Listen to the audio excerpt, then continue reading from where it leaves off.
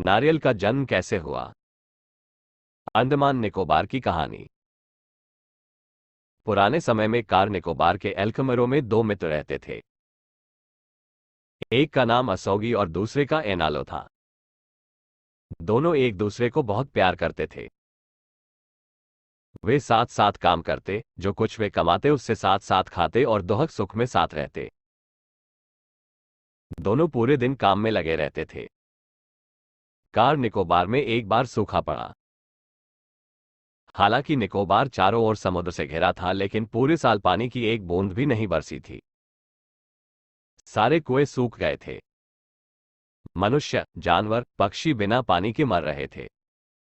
असौगी एक अच्छा जादूगर था। उसके गांव वाले ही नहीं, दूर दूर से दूसरे लोग भी उसका जादू देखने को आते थे। एक दिन दोनों दोस्त घास काटने को गए।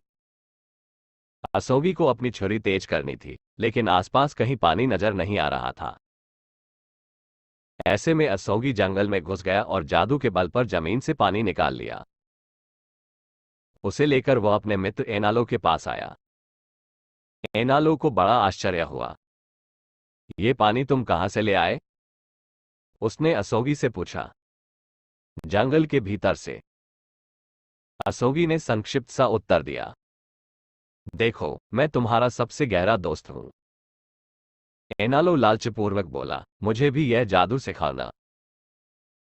एनालो, मेरे दोस्त, मुझे तुम्हारी दोस्ती पर कोई शक नहीं। असौगी ने सपाट आवाज में बोलना शुरू किया, लेकिन मेरे गुरुजी का कहना था कि हर विद्या हर आदमी को नहीं सिखाई जा सकती। इसलिए रात में वो सिर एनालो से बहुत सी बातें किया करता था। इससे डरकर एनालो गांव छोड़कर भाग गया। वो दूसरे गांव में जा पहुंचा। वहां उसने शादी की और आराम से रहने लगा। कुछ समय बाद उसके घर एक पुत्री का जन्म हुआ। वो एक खूबसूरत लड़की थी। सभी उसे प्यार करते थे।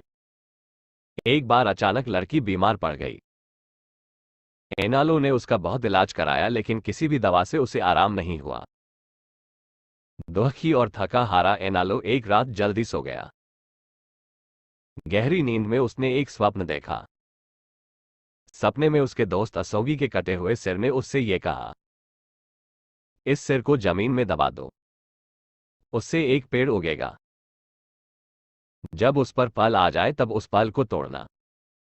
उस फल को काटने पर उसके भीतर पानी निकलेगा। वो पानी अपनी बेटी को पिलाओ, वह ठीक हो जाएगी। एनालो की नींद टूट गई।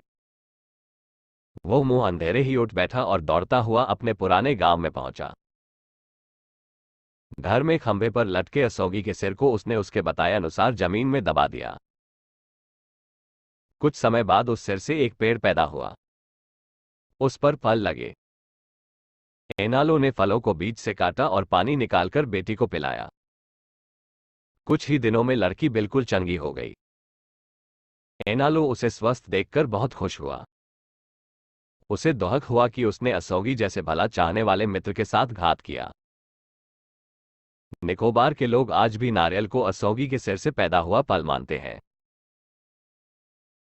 अगर आपको ये कहानियां अच्छी लगी तो चैनल को सब्सक्राइब करें और लाइक करें। फिर मिलते हैं एक और इंटरेस्टिंग और इंस्पिरेशनल कहानी लेकर।